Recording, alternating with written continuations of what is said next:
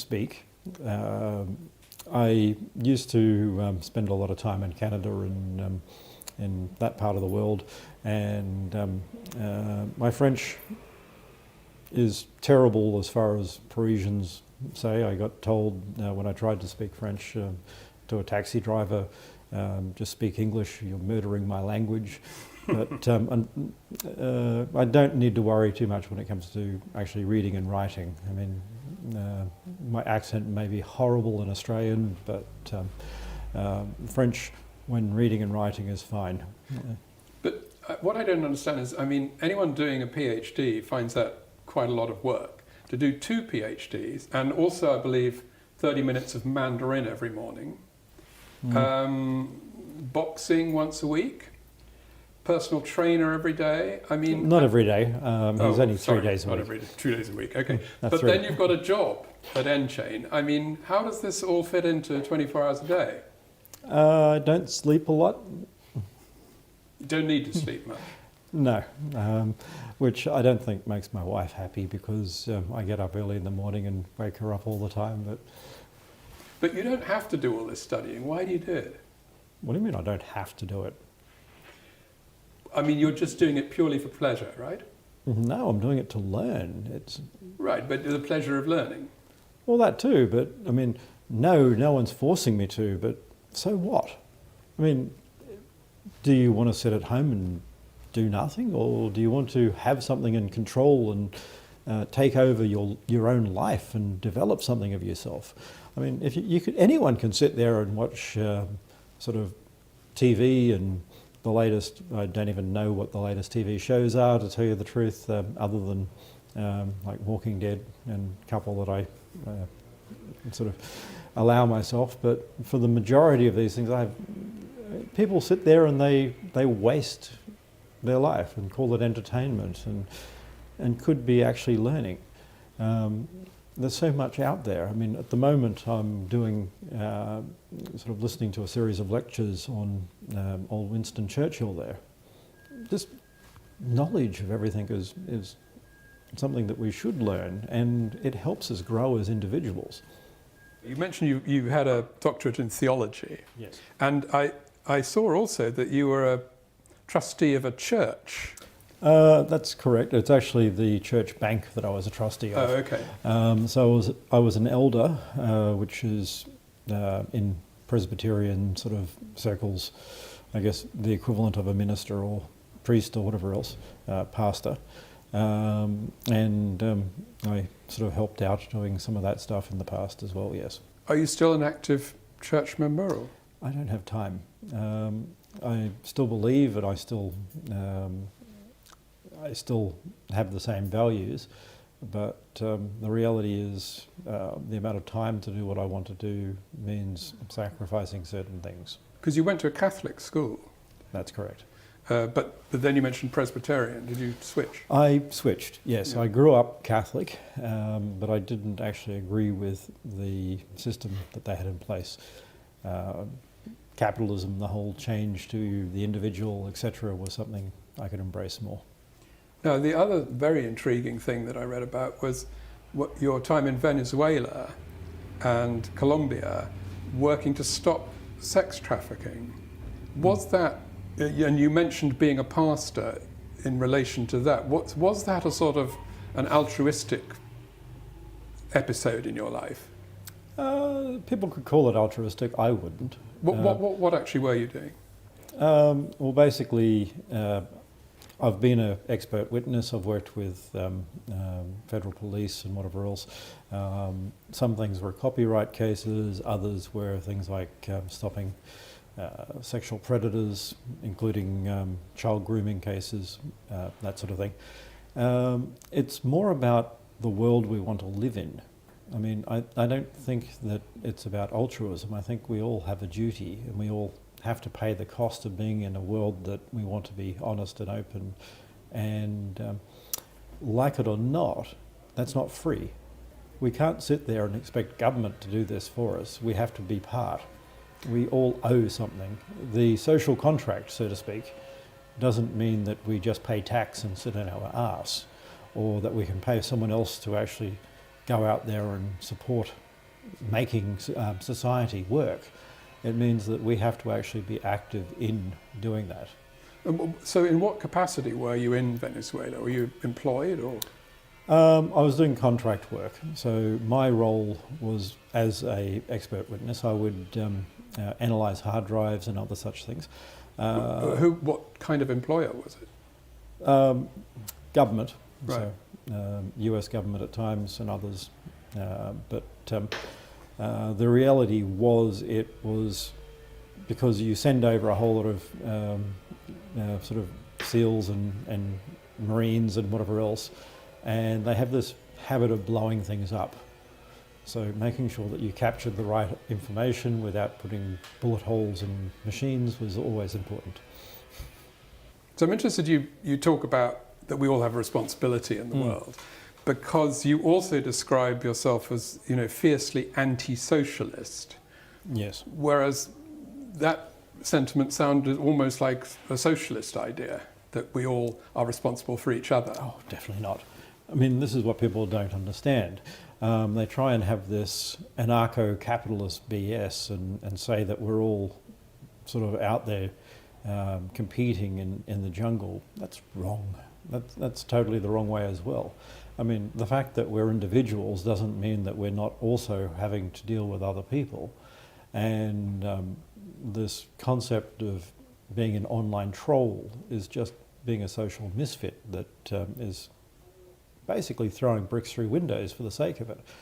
We owe a duty to other people because they have a duty to us, and we are part of society. That's what we are. We're humans in society. But is it then that you don't believe the government should be responsible for helping people? What is the government?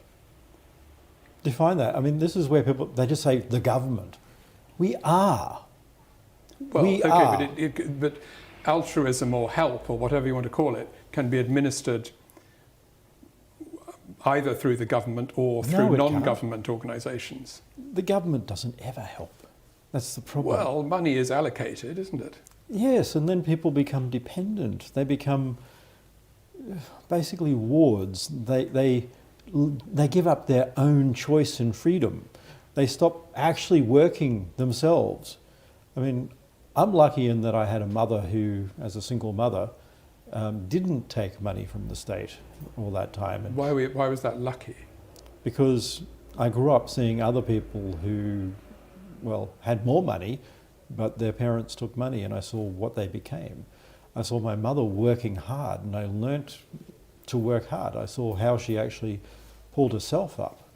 And the problem here is when you start allowing others to take responsibility for is your life, you become nothing.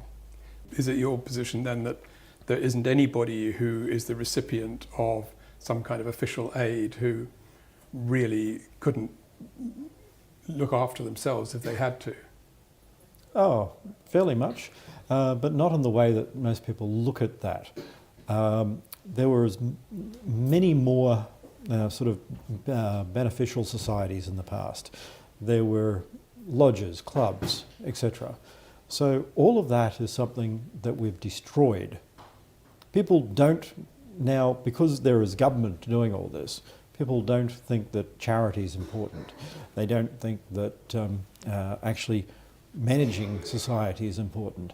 And mostly, people now think it's their right to get all of this. The social safety net has become a right, but it's not. When it's charity, you can be embarrassed about accepting it. You might need it, but it's embarrassing. And that's good. That means you want to get out of it. But when it's your right, when you're owed this from the state, then there's no incentive to actually let go and do something more.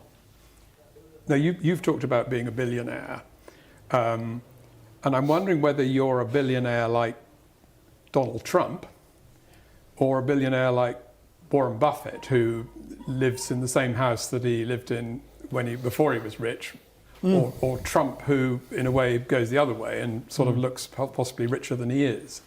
I think I'm probably closer to the Buffett side of it. I did go through a few months of just blowing money for the sake of it because I hadn't had it before really at this level. And people argue now that I've got a Lamborghini that sits out and gets rain and snow and things like this. But the reality is, and my wife told me only a rich person would say this, money gets boring. I don't think Warren Buffett would ever be seen dead with a Lamborghini, actually. I like fast cars, so. Right. Just going back to the idea of the inequalities in society. I mean, Bill Gates was a very controversial figure, obviously, at Microsoft, and then he did a complete flip and started the Bill and Melinda Gates Foundation.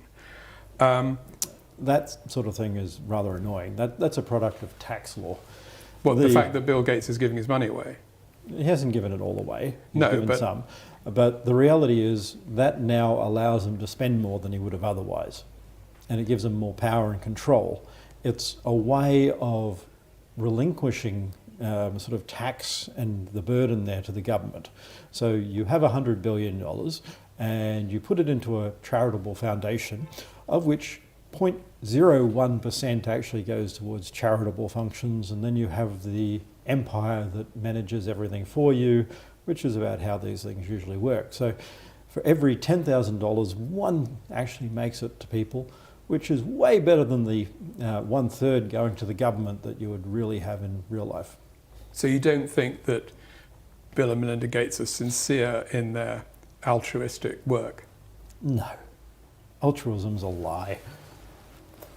It doesn't exist. No, but you talked about wanting to help things along for the world. Yes, capitalism.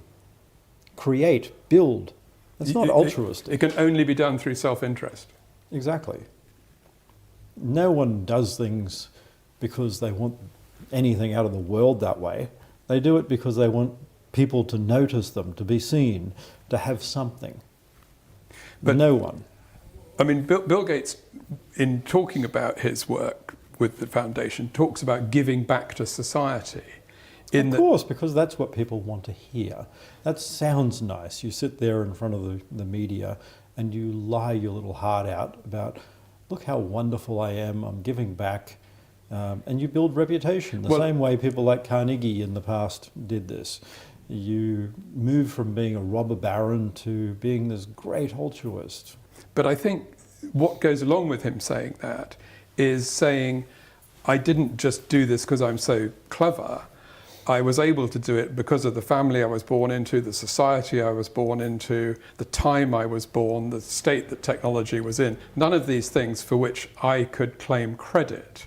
Which is the whole bullshit about it's all society, whatever else. Bull. But do you therefore claim, in your capacity as a billionaire, to have fully worked so hard that you have completely deserved that money through sheer blood, sweat and hard work? It's not blood, sweat and hard work. You don't get paid because you've worked harder. You get paid because you work smarter and you deliver something that people want. Right. Whether that's porn, gambling, roads, it doesn't matter. So rather than sitting around and going, the world owes me a living, I work really hard, how about you look at what you can deliver? That's what it's all about. This is why you get money in society, why we're not equal.